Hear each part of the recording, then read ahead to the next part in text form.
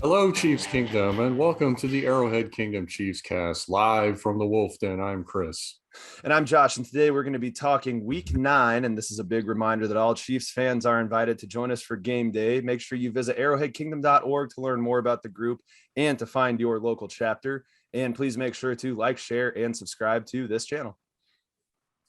Today we'll be talking about your Kansas City Chiefs with the Vegas chapter leader of the Arrowhead Kingdom. We have Joshua Squishy Coward. Welcome, Squishy. Oh, thanks for having me, guys. Yeah, glad to have the Vegas Kingdom in the house. We definitely have some stuff to talk about. We are, of course, presented by Complete Weddings and Events, your leading provider, photo, video, DJ, photo booth, lighting, and coordination services. Please visit them at completewedo.com. All right. So before we get into the week that was and the week that's coming up, let's get to know our guest a little bit. So you are in Vegas, the Vegas Kingdom, Squishy, the leader, the mastermind behind everything. So how did you make your way out to Vegas, and how are you a Chiefs fan? Actually, I've been in Vegas for just over 30 years. So I got here as a kid and came out from, actually, I'm not from Kansas City. I'm from California, man. Started following Joe Montana as a kid, collecting baseball cards and football cards and stuff. And he was kind of just a guy who I enjoyed following, and he moved to the Chiefs, and so did I. So here I am 30 some years later running the chapter. So you moved to the Chiefs in the early 90s and you decided to stay. What was the thing that kept you attached? Because I was a kid. I didn't know a lot, but I didn't know much about football and stuff back then. Parents weren't really into it much or anything like that. So I just I don't know, man. I was talking to someone last night. It was kind of a toss-up between the Chiefs and the Vikings as a kid, because that's heritage. So as a kid, it kind of drew me towards those two teams, and Chiefs won over. Got it. So where in California are you from? Inland Empire. Inland Empire. Okay. Which is like Riverside, San Bernardino, Colton area. Yeah, got it. Spent a summer in Temecula way back in the day, about 15 years ago. My wife went to Riverside, so know that area pretty well. So would the Rams have been the local team that just wasn't really doing it for you, or would the Raiders have been crossing paths at the same time? And as a kid out there, it was the Raiders, man. And there was every kid in the school was a Raiders fan, and I didn't go to good schools, so. Got it. Okay. Yeah. So definitely understand. And we appreciate the shunning of the Raiders, and we apologize that they happened to move into your backyard after you went out and started a piece. All teams, they had to bring the Raiders there. Exactly. So your guys' watch party for the Vegas Kingdom is the Blue Diamond Saloon, correct? Yeah, that's where we're at every game, man. We're out there cheering them on. Got it. So you were there for this last Sunday when the Chiefs beat Chris and I's local team, the Green Bay Packers. Got some Wisconsin brew that's green and gold tonight. They won't be sponsoring us, I can assure you of that. Spotted Cow, if you haven't had it, it's delicious. So I guess what were your thoughts on the game overall? So overall, I mean, we're still not playing to our potential. We got little rays of sunshine that are shining through that look good, but we really need to tighten up and just kind of pull things together, man. I mean, need to put some glue on our hands and get in there and hold on to that ball is the big thing. Yeah, glue on our hands for sure. Chris, do you have anything that really jumped out at you this weekend, just on a high level from this game? From a high level, I thought it was a good performance by the defense. Special teams was huge in this game. Really was the difference in the game when you look at it, with the two missed field goals by the Packers. Offensively, just, man, the first 15 once again looked really good, and then after that, it just seemed like a lot of trying to force the issue that wasn't there. But I mean, wins in this league aren't easy. They were given an opportunity without Aaron Rodgers out there. They took it, they won it, and it's on to the next. Yeah, got it. So before before I bring up my next point, Brian, do you have any thoughts on the game? I hate that we've gone this long about talking about this, but as 4 men with beards, Squishy, I feel very insecure right now. Does anyone else feel that way right now? I'm very insecure. Yeah, I just trimmed mine last night too, so I'm kind of wishing. I gotta talk about that beard. You said you moved out there 30 years ago. Is that when you started growing that, or how long growth is that? Pretty much. Yeah. I was like, if I run some Rogaine on my face, maybe I can catch up with you by the end of the season. But that is an impressive facial hairs thing you're going on. This is my longest running relationship right here. That's nice. That's great. That's fantastic great looking. With that out of the way, now with the game, I just my points. I think Squishy and Chris both covered kind of the points there that I think is what people take away from that. But I keep on saying this to myself. I rewatched the highlights of the game before we're coming on here, and I remember just thinking to myself, defense stepped up and more than what we've seen previously.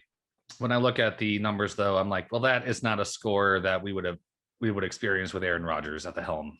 So that gives me pause a little bit because of like, well, it was Jordan Love, and it's obviously fun to see a new person take a chance at it. But I'd be curious to see what that number would be with Aaron Rodgers. I don't think we'd be as excited right now with the reigning MVP. This current system there. So, but we need to. If we got to catch the ball, and there's a lot of offensive things, a lot of drop passes that we saw throughout the game. That I'm like that were like third down, and like to get a new set of downs, it did not happen. So the stuff like that making us cringe and everything. But W is a W. We take them because we gotta show our grit, and we have to grind. So a lot of signs of life out there. But yeah, though with Rodgers at the helm, though, I don't think we would be as positive right now. So that's in my opinion.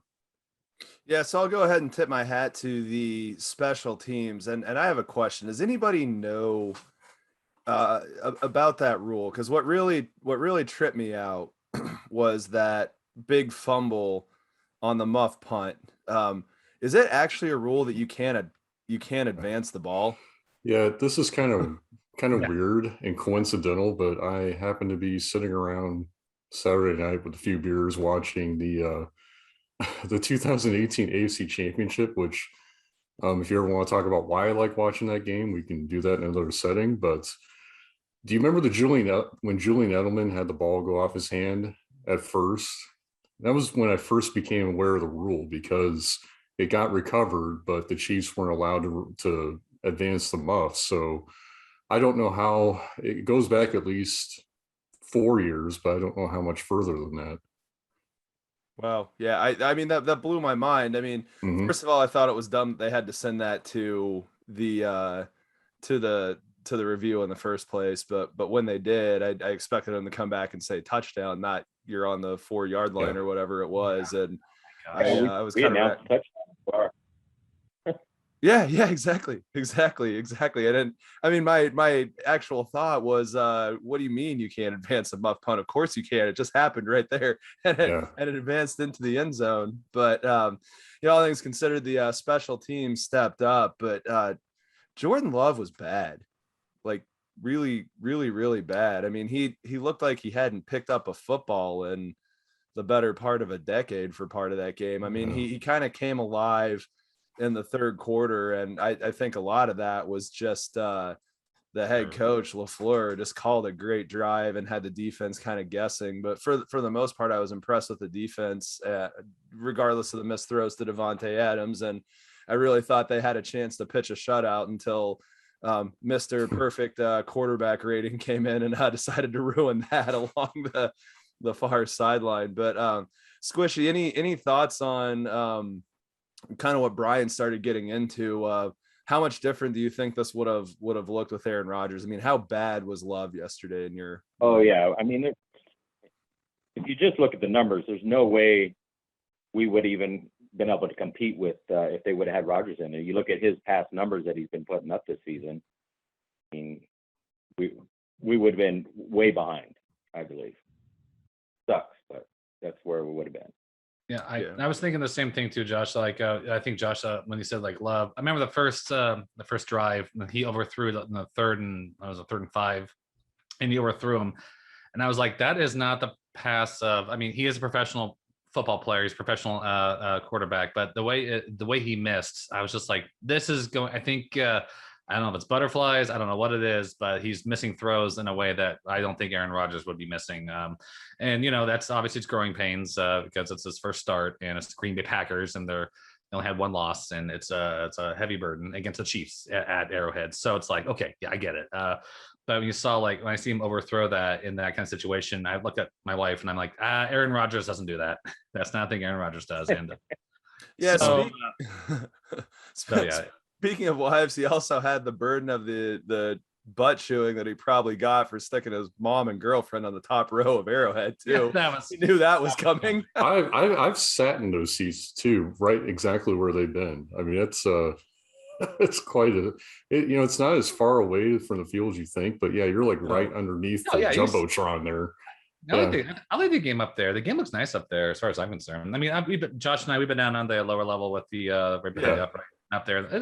I don't think there's really a bad seat in the house. You have fun no matter what. The girlfriend and the mom of the opposing quarterback. But can we please maybe show some respect here, please? It's a good view from the end zone, but I mean, it's pretty far away. Yeah, I like the end zone. People hate it. I like it. I thought it's fun. I mean, I agree. There's not a bad seat in Arrowhead. It's a really well built stadium. It's just there's something that's really bad about the look of. The optics are bad. The optics people that are supposed to be VIPs that are sitting in the very top row. I mean, at the very least, you should be ashamed of yourself for making them walk that far, because the amount of steps you have to go up really is no joke. No, it's not. Yeah, Squishy, how many games have you been to Arrowhead? Actually, I went to my very first game in Arrowhead for San Diego this year. So nice. That was my first game back there. Got it. It was an amazing game, even though we lost. Sure. It was the stands are amazing. The stadium's amazing. How many times have you been to Kansas City, period? That was only my second time in Kansas City. I went there pre-COVID and toured the stadium while they were actually in California playing the Raiders in Oakland. So. Got it. Okay. Nice. So next question about that. So you've been to Kansas City twice. What are the boxes you've checked? And what I really mean, or what are the barbecue places you went to? Or oh man. So the first time I was there, I hit Joe's and stood in line for 45 minutes, and finally got in there, order our food, and man, burnt ends and their hot sauce, their hot barbecue sauce. Not a living sauce. The only way to go, man. Yeah. Yeah. I brought some back, and then when I was out there last month for the San Diego game, I took my girlfriend over there again. We're like, let's go back and get some more. Yeah. Yeah. The gas station, food. Right? Yep. At a gas station. Yeah. It's the only way to go. Only way to go. 47th mission. Yep. Yeah. Yeah. No, I write a column every week for Arrowhead One, and I get pretty deep into barbecue, brisket, and chili in this one, which is interesting because the last time the Chiefs were up here, we tailgated to Lambeau and made knockoff Z-Man sandwiches. We made a 10-pound brisket and brought Kaiser rolls, and went to Denny's and ordered 6 orders of onion rings. They kind of looked at me weird when I went in there and got it, but we were able to get really good smoked provolone because we're in Wisconsin, and they just make the best cheese. But I threw an article up. Anthony Bourdain wrote a thing in 2011 for I want to say it's Men's Health or something like that, or Men's Journal, but he did the 13 places to eat before you die. And that was number 13 on the list was Oklahoma Joe's. And the write-up was, I'll paraphrase, it's the best barbecue place in Kansas City. And we all know Kansas City makes the best barbecue in the world. So it's the best barbecue joint in the world. And yeah, I thought that was pretty incredible. But we made the rest of the brisket into a chili, and I took it into a bunch of people at work and brought in cinnamon rolls, and everybody looked at me like I was out of my mind. And I found out pretty quickly that apparently there's just this weird corner of Kansas and Nebraska where we do that. And had to explain myself for a really long time, actually. But on the flip side of Las Vegas, I've seen Celine Dion 8 times. So yeah, that's very on par with this. Wow. That is not true, by the way. I've only been to Vegas once when I was 14. So Did you see So, Celine Dion once? You've only seen her once, yeah. I saw her once on the VMAs or something. No, I've never seen her live. But I'm just trying to think. What are the popular shows on the Strip? You got Penn and Teller and Celine Dion. And Teller. You got. I mean, everyone's headlining these days. Britney Spears there. Brooks and Dunn was headlining. Reba was headlining. Oh, Brooks and Dunn would be great. That'd be awesome. Blue Man Group's always fun to go see, and all the Cirque du Soleil shows are amazing. Yeah, I mean the really long running ones are going to be Cirque du Soleil, Blue Man Group, Carrot Top, and Penn and Teller, right? I mean those are the really long ones. Because are Donnie and Marie Osmond still doing a show? I haven't heard that name in a long time, so I doubt it. Yeah. But I mean, it seems like those are the ones that are always there. Garth Brooks had a residence there until he decided to start doing arena tours again. I think Tim McGraw and Faith Hill had a short run. But yeah, Brooks and Dunn is one that I'd definitely be interested in seeing. What place are they locked down at right now? Sorry, what's that? What place are they? Where they're located? They're over at Caesars. Got it. Honestly, man, when you live in Vegas, you don't really go down there and do much down there. Yeah. We don't go to that many shows. Every once in a while, we'll go to a show, but we get out of town. We go to the mountains and go to the desert out here. Got it. Do you hit downtown more often, like Old Strip? Sometimes we'll hit the Fremont, down on Fremont for different shows. They do concerts down there. I think the last concert we've seen down there was Cherry Pop and Daddies. Went down there and watched them for free down on Fremont. Nice. Those guys are still alive. That's awesome. Yeah. Still out there. Yeah, I'll tell you, I was definitely in love with that swing movement in the late 90s. I know there were a lot of people that were really, really annoyed by that, but I love that music. They were probably my favorite band, with Big Bad Voodoo Daddy as a very close second. Yeah, all those swing bands were amazing. Oh my God. And I mean, if the one guy who really stuck through, Brian Setzer, he's just one of the best guitar players that's alive. I mean, the dude just has a way to just rock the frets on that. And yeah, I thought it was cool that that's what he was playing with the Stray Cats and then his orchestra and everything. So yeah, definitely a big fan. But let's talk a little bit more about Vegas and what do you have coming up this week? Because as you know, the Raiders are going to be hosting our Kansas City Chiefs this weekend, and you have some big events going on. So let's kind of talk about what the calendar looks like this weekend for people that are popping into town. Oh, for sure, man. So we got a few different events going on. With everything going with this whole new experience, man. I mean, before Raiders came to town, we were just another city that followed the Chiefs. Another chapter. It was no big deal. But now that Raiders are here, it's kind of a game changer for us, our local chapter here, and we wanted to do something for it. So we're doing a meet and greet mixer on Friday night. It's a little charity thing. We'll be doing some raffles out there, have some appetizers for people, raising some money for one of our local charities, Big Brothers Big Sisters. Something that helps the kids out. And just hanging out, man. Inviting people from out of town to come see our local Chiefs bar. We only have one in town in all of Las Vegas, and this is it, out at Blue Diamond Saloon. So we got that going on Friday. Sunday morning, we're doing our second annual Invade the Stadium.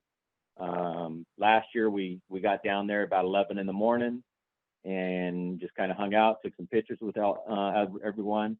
And we probably had over 100 Chiefs fans down there right out in front of the stadium at 11 o'clock in the morning. So it was a lot of fun. I mean, we had people out there in headdresses and flags. I mean, everything. So it was a really good time. So we're inviting everyone to come out and join us for that one. Following that, our tailgate starts just under a mile away from the stadium, or about 2 blocks as a crow flies from there. And that's where we're bringing in Kansas City Barbecue Societies coming in with competition trucks. And then we also have a couple local barbecue shops that are coming in to cook. And we're going to do a barbecue battle out there. And with that, we're also going to do some raffles and some silent auctions, because we're also still trying to raise money for charities out there. We're working on getting some retired players to show up out there, so that's all in the works. So we'll just still have to see how that goes. But we do have someone famous coming out, some extremely famous from Kansas City coming out. We have Casey Wolf will be at our party. This will be his first time in Las Vegas. Wow. So I'm bringing him out, and he's going to be out there hanging out, taking pictures with everybody, having a good time for the tailgate. And that goes up until the game, and then it turns into a watch party over there. The venue is called Starbase. Yep. Very cool little place. There's an indoor-outdoor area. So we encourage anyone that's going to the game, come check it out, man. It's $10 to get in. If you want to partake in the barbecue and all that stuff, then it's another $35 on top of that, for a total of $45 for that. And then we're not to leave Blue Diamond Saloon out in the cold when we're doing a tailgate party. So we're still doing our big watch party up at Blue Diamond Saloon. We're going to ship some of the barbecue over there so they don't feel left out. And then we'll also be doing raffles and stuff over there at the Blue Diamond Saloon. And then just partying up like we always do over there, man. It's always a good time. Last week we had standing room only. It's filling up. We're getting people in from all over the U.S. Finding us. All our Chiefs fans are joining us, so it's been a lot of fun. With people in from California and from Kansas City last week, and we had a really good crowd. Perfect. So y'all are. Oh, sorry. Go ahead. No, that's basically all that we got going on this week. Got it. So I think the biggest question is, after the game, there's certainly an after party because it's Vegas, and you don't have to shut anything down early. So is Blue Diamond or is Starbase hosting the after party? So Starbase is promoting an after party over there. Sure. They're supposed to be bringing in some comedians and some live entertainment and stuff like that. Got it. Their after party, I believe, is going to go no matter what, who wins, but hopefully it'll be a celebration party for us. And then Blue Diamond Saloon, we'll be hanging out over there just like we always do, drinking, having some drinks, man. Got it. Yeah. And is Blue Diamond Saloon a bar time at 2, or is it a proper Vegas place that never shuts down? Oh no, it's 24 hours a day, man. Yeah. Those slot machines and drinks don't stop. Yeah. God, gotta love Vegas. My father-in-law actually lives out there, and it's funny because every time I go out, he does the whole like, oh, locals don't really go on the Strip. I'm like, dude, I don't live here, so I'm buying your beers. So just be quiet. We're going to the Strip. That's pretty much the only time we go to the Strip is when we have friends or family in town. Yeah, they want exactly. To go to the Strip, so we pick. Exactly. It's like Chicago people only deep dish when their friends are in town from out of town. Right. Chicagoans actually eat the like paper thin pub style cut in squares, which is funny. Well, good stuff. So that's really exciting. And I guess the biggest question that I have at the end of this is, do you like having people from out of town like that? Because I think you're kind of in for this every single year from here till Arrowhead Kingdom Come. We really do, man. It's a lot of fun meeting everyone and where they're from and stuff. And then we always invite everyone to join our local Facebook group and just to take part in it, man. Because we get on there, it stays pretty active for a local Facebook group. But I mean, we got people from all throughout the U.S.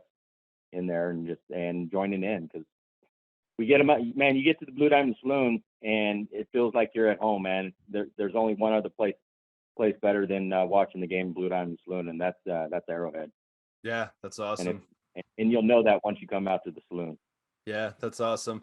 I've been in Vegas for game time before. Haven't gotten a chance to make it out to the saloon. I think a lot of it is I could never tell if bringing like 5 and 6 year old kids in is a good idea. Yeah, no kids allowed in that one. Sorry. Yep. Gotta find the We grandparents. got enough import them. adult kids up in there to take care of. We don't need any of the little ones running around. Yeah, got it. Well, that's exciting stuff. I'm really looking forward to see how this goes. One thing that I think would be great that I kind of like to get into Arrowhead Kingdom is get to some sort of way where we have identifiers for all the local places. So when people come in from out of town, they have something geographically indicated to leave with you guys. Is that something that you could find a spot for, or am I kind of grasping at straws here? I mean, anything's possible, and but right now we're just trying to make our way, man. Figure out the new things. I mean, this is our first charity event thing going on, so we're going to see how this goes, and we're going to build from there. Sure. Got it. Chris or Brian, anything else you want to ask about Vegas before we talk about the actual football game that's coming up? Have you been to what is it, the Golden Knights? Have you been to a Golden Knights game? Okay, go Knights, go baby, go Knights, go. Nice. Yeah, they put on a great show, and it was really something that Vegas needed after everything that went on right about the time they came on board.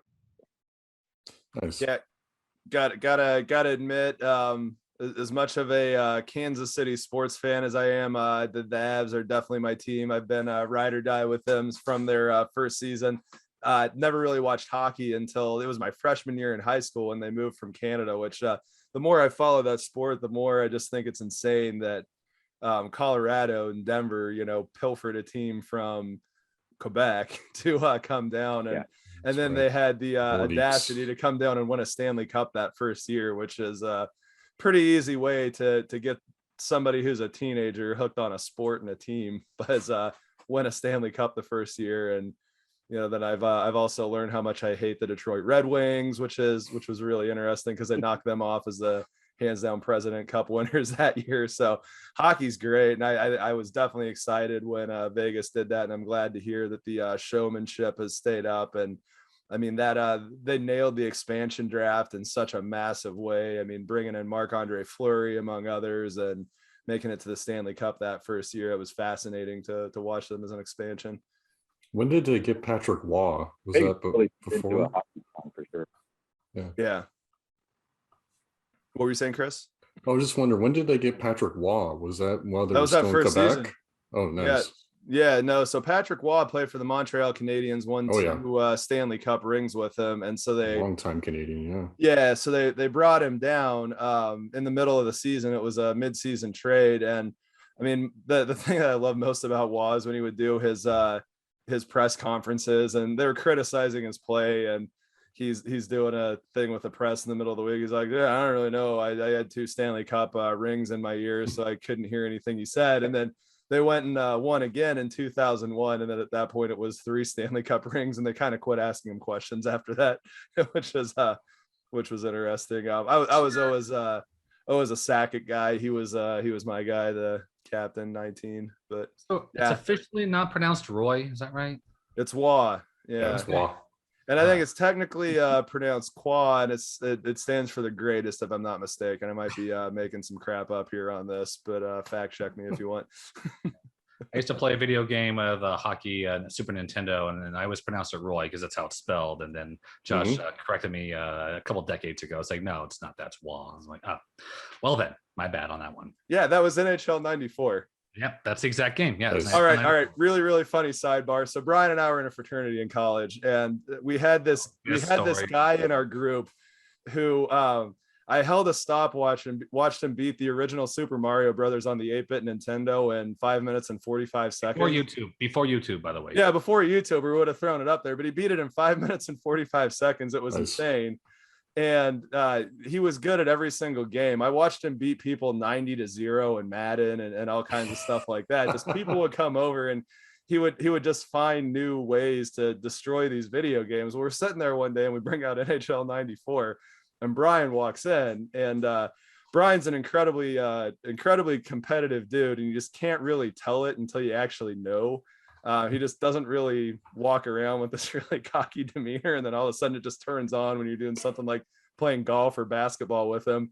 And so he comes in and just goes, "Oh, is this NHL 94?" And this other guy's sitting there just cleaning through everybody. And Brian's like, "Yeah, I did this game growing up, and it was I think I was okay." That's not how that went down. That's not how that went down. No, that's all right. not. Well, then how do you remember this? Because I remember you coming in and just modestly saying, "Hey, can I try?" And then you killed him. No, I mean, yeah, I didn't say no. I saved that. I saved it for. Okay, so we're playing this game. They bring me in. We have our friend there. He was very competitive. And we're playing NHL 94, and he's like, "Oh, hey, you should play Brian at this game." I'm like, "Yeah, sure. What is it?" NHL 94, and I'm like, inside my brain, I'm screaming because I'm really good at this game. I know all the tricks and everything, but I'm like trying to play it cool.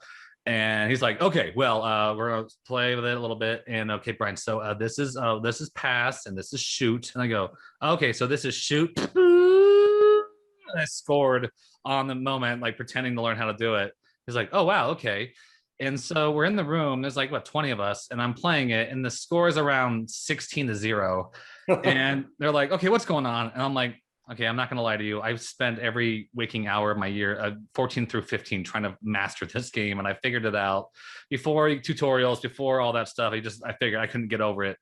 And I remember Chris Fullwider is like, "Wow," he goes, "Well, Fruity," that's what they call me, Fruity or Fruit Loop back in the day. He goes, "Wow, hey, while the rest of us were, trying to meet girls and like talk to them, you were playing this video game." And I paused and I go, "I made my choice." Like, culminated in that moment right there. But yeah, it was I remember playing dumb for like the first like 2 periods, and then I was like, I had to come clean. Like, yeah, I know how to play this game really well. But it was almost like a perfect storm of funny and like, I can't believe I'm in this moment right now because like I can play dumb, like I could play like what's it called, a ringer kind of guy because there's no reason to do that. But yeah, that was. The white wall in the basement had a black ink spot this big because that dude picked up a pen and threw it against the wall and it exploded. Oh no. Yeah, no, this guy wasn't known for his staying calm capabilities. It was actually funny. I think that he turned into road rage the second that he put the car in reverse to get out of a driveway. But anyway, so there's a football game this weekend. So we'll start with our guest. What is your prediction for the game? And are you going to the game, or are you going to be at the watch party the whole time? I will be hosting the watch party over the Watch party, okay. Balloon. So and, I am for sure picking a win. I think we're going to hold on to our undefeated record here in Las Vegas. Yeah. And maintain our Arrowhead West Stadium out here. Got it. So what are you thinking is going to be the score? What's going to be a key play? And more than anything, what do you think the offense is going to look like? Man, I want to say the score is going to be Chiefs way ahead, but I think it's going to be a tight game. I think Carr is going to keep it close. And I think our defense has been playing well enough that they'll keep the score. We'll hold Carr to a lower score also. So I would go probably like a 14-17 Chiefs game. Got it. How many picks do you think Carr throws? Oh, he's throwing at least 2. Yeah. Got it. So, Chris, what are you thinking for the game this weekend? Yeah, it's hard for me to predict a high-scoring game right now with the way the offense is playing. I think they're going to put more points up on the board. Yeah, I got this probably around, let's call it maybe 24-20 Kansas City. Brian, what are your thoughts? Well, we put up 13 against okay, so 13 against the Giants and 13 against the Packers. We had 20 against the Giants, 20 against the 13 Giants, against yeah. the Packers. Okay. Yeah. Okay. Yeah. Okay. So, gosh, I'm leaning towards between 16 and 21. So I'm gonna go 21 for good vibes. But I mean, we'll see what happens. Obviously, I know we have the talent. I know, but that's just I'm hoping for a big turnaround needs to happen in terms of what our offense production. So I mean, I know that flies in the face of 21. I'm hoping for 35, but I'm thinking 21. So we win 21-10, maybe 21-17. Yeah, I'm going to go 28-17. I think that they break out. I think that Hill gets at least the touchdown and Kelsey, does as well. And I'm even going to say that McCole Hardman manages to soften his hands up between now and Sunday, and he catches one as well. And then the running game takes care of that last one. I'm right there with Squishy. I think we get two interceptions. I think Snead and Mathau get those. And then so the last prop bet that I want to go with, Brian, I'll let you go first. How many defensive snaps does Sorensen get this weekend? Oh my gosh. Okay. Yeah.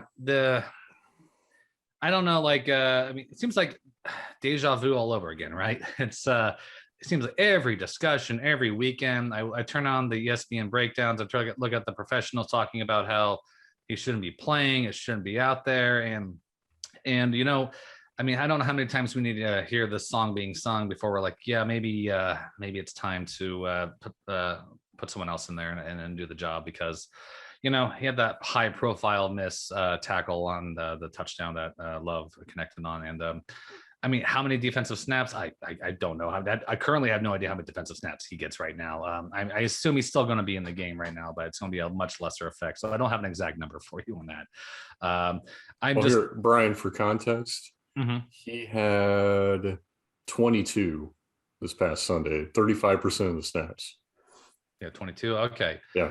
Oh, it'd be fewer than 22 then. I would imagine. I hate 11 seems kind of drastic. So I'm going to go 15.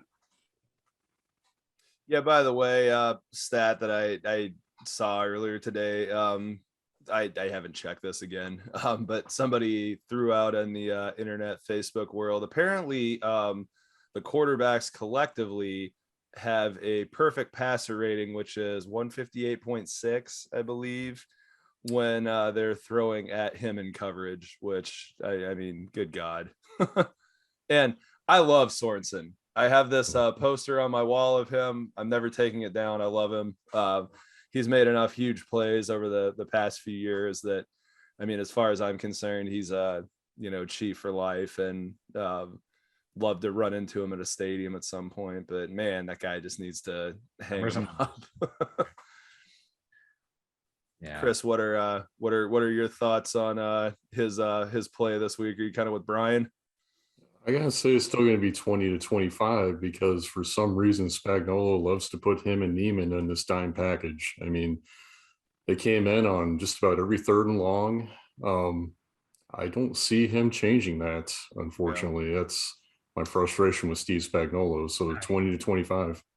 I just visualize Aaron Rodgers cutting up Sorensen. I can't. That's a meal bad. So we'll see what Carr can do. We'll see what happens. But oh my gosh. Yeah, glad we didn't have to see that. Did I see that right? Did the Raiders sign Desean Jackson?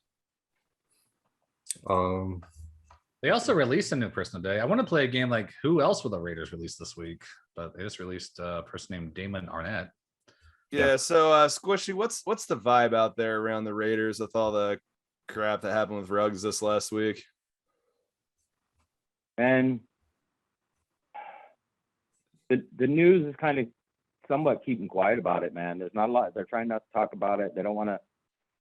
I'm guessing that they just don't want to kill that Raiders vibe, which there's really not much of one out here. I mean, it's probably a 50-50 city right now of people that jumped on board with them and people that still hate them. Interesting. Do you think you guys have a chance to pilfer an MLB team from Oakland as well? Because that's kind of a rumor on the street. We've been talking about it for years, and the A's are really interested. We got their minor league here. The Aces. The A's, which are a great team to watch, and it's great little small stadium that they got built over there. So it'd be cool. I mean, if we get the A's here, I mean, having them both here. Now, I mean, it would kind of fit into what we already have going on, because we have the Knights, and then we have the Silver Knights here now also, which is their minor league team.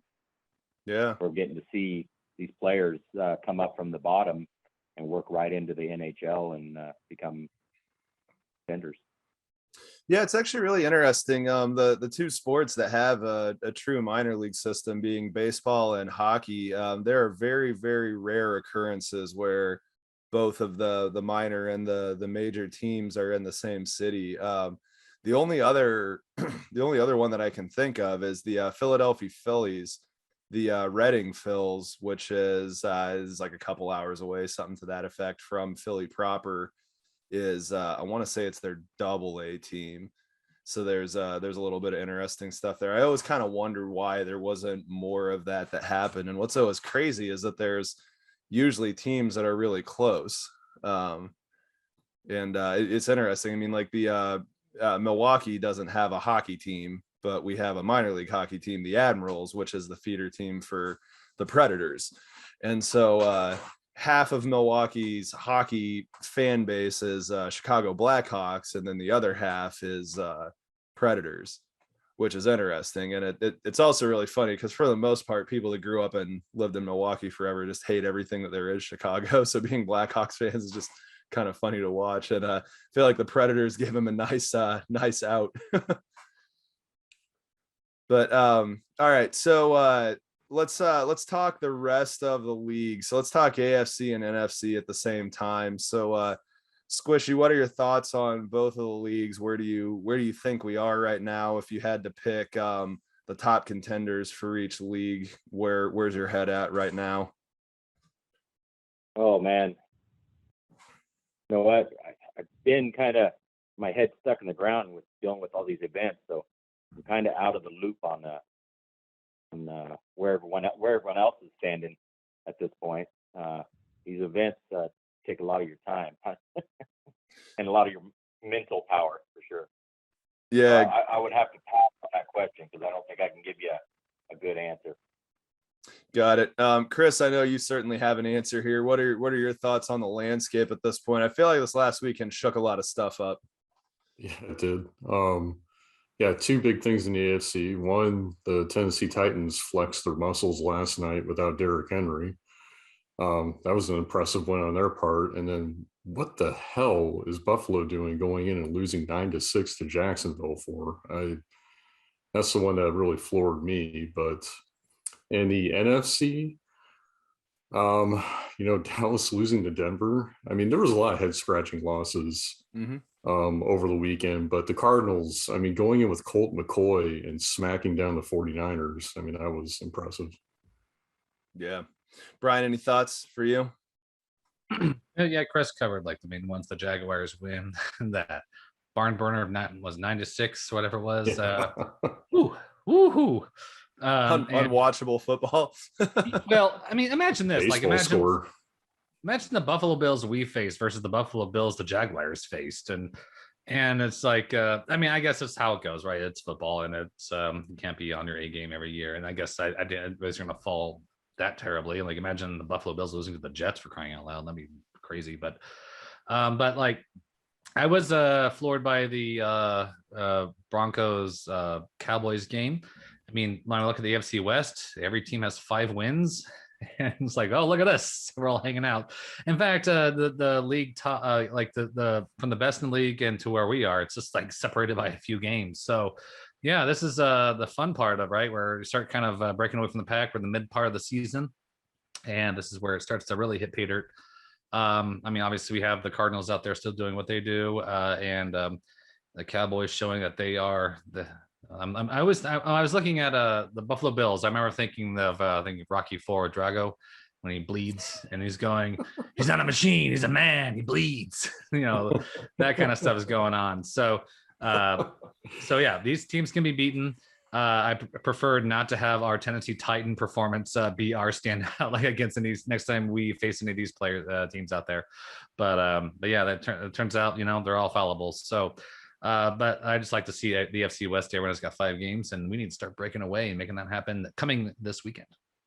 Yeah, we were literally, closing the deal against the Chargers or the Ravens or something like that from being atop of the division right now. Which, if you think about what the vibe around the team has been to date, it's kind of insane to that Ravens game. think about that as possible. Yeah, I mean, but that's also part of the reason to stay calm. I mean, there hasn't really been anybody that's just truly taken the ball and stood out in really either division, just running and dominating. And the closest version of that, I'm with Chris, I think, is the Cardinals at this point. I'm not sure the 49ers are a decent team, let alone a good one. I'm kind of curious when the hot seat for Kyle Shanahan talk is going to start up. It probably should be going on right now. But they seem to be the most impressive. Yeah, I mean, you can't really talk about the Cowboys as elite when they let a bad Denver team that just got done trading Von Miller away come in and do that. I mean, the Rams definitely looked beatable, the performance they had. That throw from Stafford out of the end zone is one of the most just comically inept things that I think I've ever seen. So that's probably my favorite play of the week, because I was watching it at this little dive bar in Chicago. I have a really good friend who ironically is a Tennessee Titans fan. He went all in when Ryan Tannehill helped him win a fantasy league, and he hasn't let it go. And certainly excited, I'll say, to hear what he has to say about all this crap. And he was definitely the loudest person in this bar last night. But gotta say that the Titans kind of look like the class of the AFC at this point. I mean, the Bengals 2 weeks ago were the top of the AFC, and they just got absolutely pistol whipped by the Browns. God, what else? The Bills. I mean, you can be shocked by that Jags game, but they only beat Miami 26-11 the week before. And, you know, the Dolphins just had a barn burner with the Texans, who are probably one of the worst teams in the league. So I honestly don't know what we're looking at, which makes me feel even better about the possibility of Kansas City coming back and making a run. I mean, I have a hard time saying anybody looks elite. And, you know, really the Packers are probably who I would theoretically put with Rodgers, and he decides to quit being a blockhead, right up there with the Cardinals. And yeah, for the record, Jordan Love proved that the owner president, you know, stand-in guy Mark Murphy and Brian Gutekunst, the GM, probably need to be like fired as bad as Dan Sorensen needs to be off the team. That's my personal thing. I think that those two are just some of the worst individuals in the sport, and I'm lumping him in with like Dan Snyder, who owns the Redskins. Sorry, Washington football team. So yeah, that's where I'm at with that. Any old friend alerts that came up?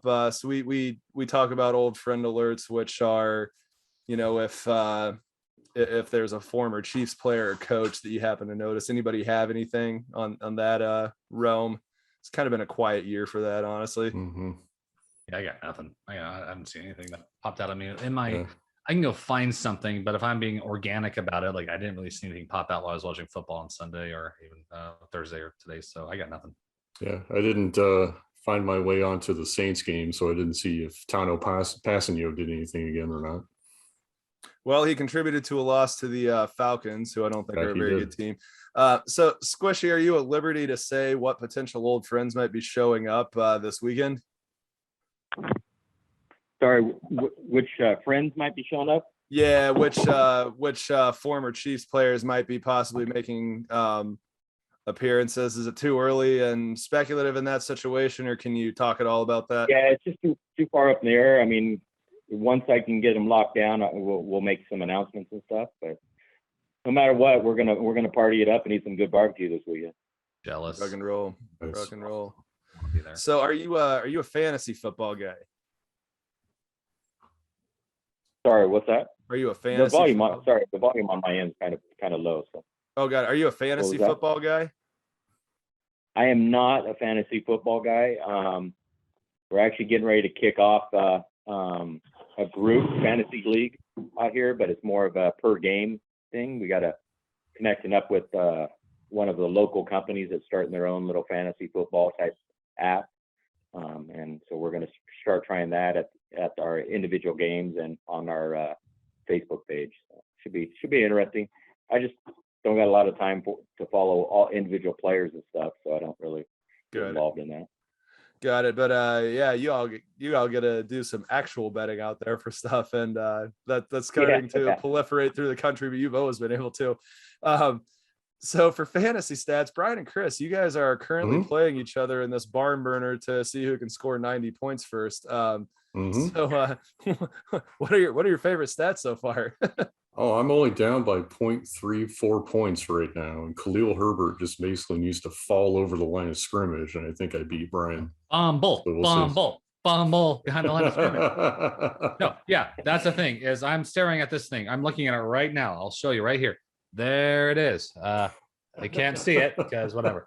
But whatever, it's there. Trust me. And yeah, I have a 24% chance of winning against Chris right now. Yep. It used to be really, really high, but his New England defense scored 20 points, which I've not seen a defense do that against anyone all year. So yeah, Herbert needs to fumble behind the line of scrimmage, maybe run the ball backwards and have a safety on him, something like that. Yeah. And then, but yeah, I'm out of. Okay, so I asked you guys in text, is there like a term for being neglectful in your team and still winning? Because if I put I have a kicker who could have scored points. You've and got probably 3 guys inactive on your team. Yeah. Okay. Oh yeah. Okay. I messed Brian, up. there is a term. It's called a-hole. Okay. Mistakes were made. Mistakes were made. And yeah, Chris knows that. Okay, Tannehill wouldn't have done anything. I had Kirk Cousins in there. My tight end, yeah, I could have just watched. Yeah. I didn't have a kicker at all. You got Robbie Gould on your bench there. Yeah, he would have won it for you there too. Yeah. Have Gould on my bench? Oh yeah, Robbie Gould. Yeah, Gould.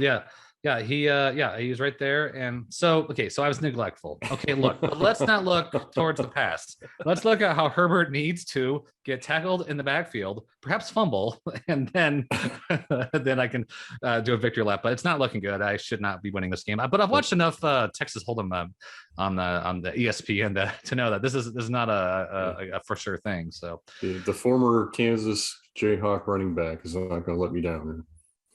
Right. Yeah. There you go. There you go. All right. So don't make this mistake again. No embarrassed. So standard thing we have, if this week was a song. So think of a song that's a favorite in your library that just kind of talks about what you're feeling, watching football, everything like that was. Brian, what's your song for the week? Oh man. Huey Lewis in the News. Is it called If This Is It? Yeah. If This Is It. Yeah. We got two. We got a winning streak here with 2 wins. They're not exactly the most beautiful wins, but if we can keep riding that, if this is it, let's keep riding this because I feel like this might be love. Maybe. Let's see what happens this Sunday. But if this is it, feels like love. Are you going with Van Halen? This might be love. Could this be no, love? Yeah. I want Huey Lewis in the News. That song's way better. Okay, good enough. Chris. It's science. I'm going to go with the Song Remains the Same by Led Zeppelin because it really just speaks to the offense and how they're struggling. It seems like it's several things right now that are trying to adjust to what the league is doing to them right now. I think it has to do with coaching. I think it has to do with play calling. I think it has to do with quarterbacking. It has to do with receivers dropping balls. So, until I see this offense break out, I'm not going to, I guess, expect them to break out. But yeah, Led Zeppelin's Song Remains the Same. Got it. Squish, you got a song for us? Man, I'm pretty. I'm coming unprepared for this one too, man. I seen the notes earlier and I was like drawing a blank, man. Sorry. So what's your favorite genre? Let's work into this with you. Oh, yeah. Crowdsource. Oh man, I'm all over the place. Actually, I was listening into some Dr. Dre in the car earlier today.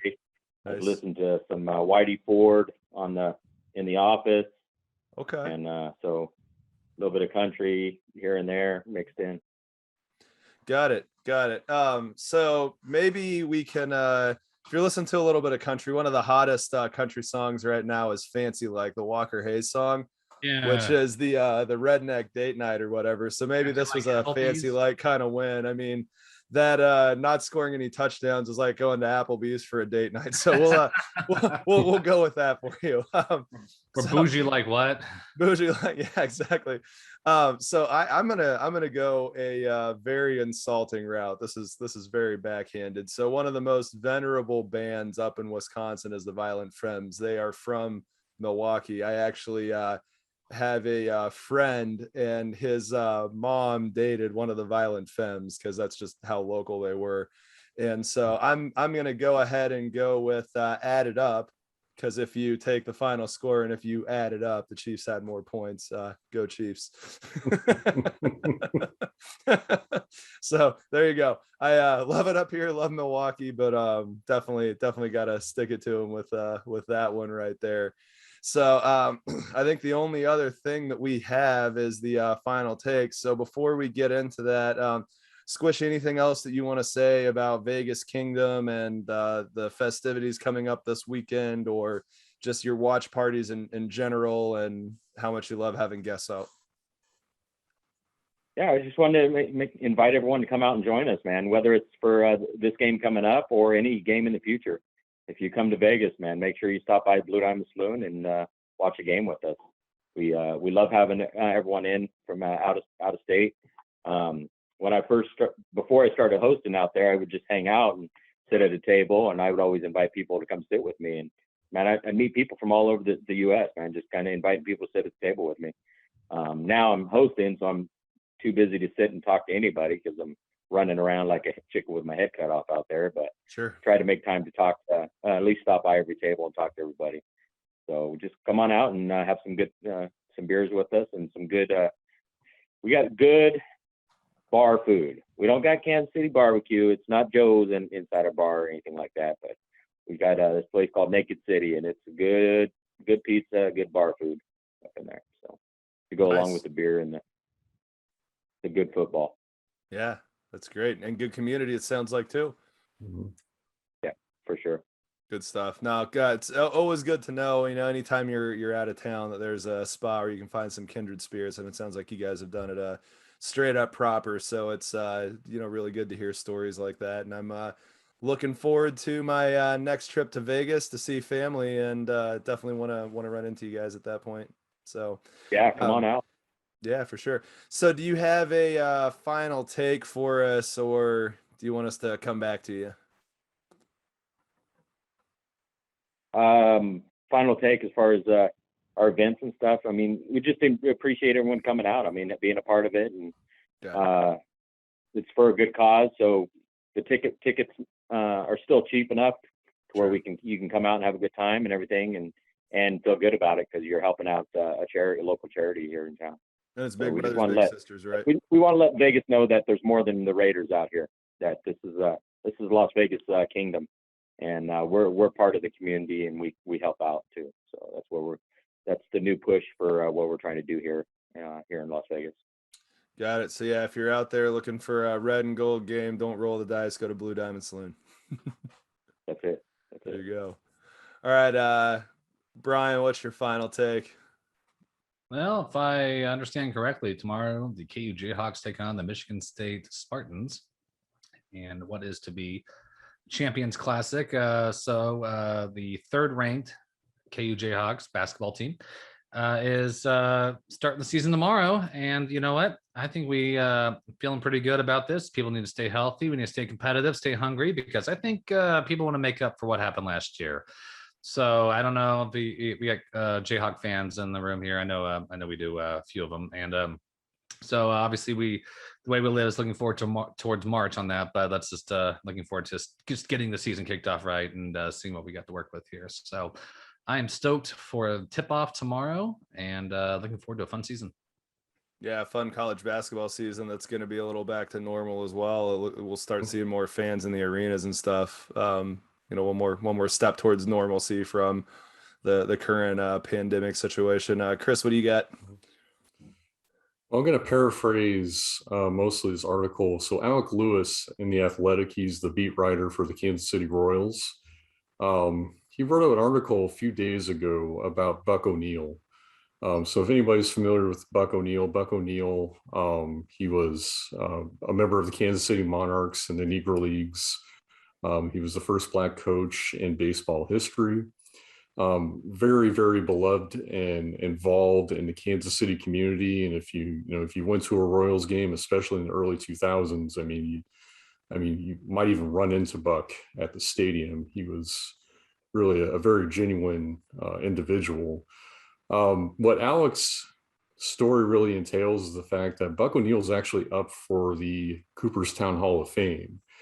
And this comes almost 15 years directly after his previous chance of getting in the Hall of Fame, which a lot of people were very upset that he didn't make it in. It was a committee that actually elected 17 other members of the Negro Leagues into the Hall of Fame, but they didn't elect Buck O'Neil, shockingly. So Buck is going to be going up, being nominated in July of next year. He basically has to get 12 of 16 votes to get in, but he's like I said, he still has a seat in Kauffman Stadium. I think it's the Buck O'Neil Legacy seat. I mean, I really hope that he gets in. He's definitely deserves to be in there. And yeah, it's a really nice write up by Alec Lewis if you happen to have a subscription to The Athletic. And this is the senior writers committee, right? Yes. Who would do this? Yeah. Who's he going against? That I don't know. He doesn't actually list who else is up in his article. It's mainly just focusing on Buck. Got it. All right. So mine's going to be really short. First, I want to give a shout out to Sporting KC. Don't mess this up. You're going in on a low note. Just stop it. Go in and win a game, win a playoff game. I believe they play Vancouver again. So they're not that good. They snuck in, beat them down, move on and go win another cup again. But my final take is just noticed earlier this week that Pat Tillman would have been 45 this week. So just want to give a shout out to him. He is the fullback from the Arizona Cardinals that decided to forego an NFL career to join in on the war against terror as an Army Ranger and was killed by friendly fire number of years ago. So just another shout out to the military and Pat Tillman for making a decision that he really didn't have to, and remains an American hero, not just an NFL hero and an Army hero. But yeah, just thinking about Pat Tillman this week. So and Veterans Day is on Thursday, right? Yeah, good timing. Yeah. Yep. So works out, but yeah, he would have been 45. But yeah, gone too soon. So yeah. All righty. Well, I think that's going to do it for us this evening. Make sure that you make your way out to Vegas and be part of the actual party, the official watch party. And Go Chiefs. Chiefs.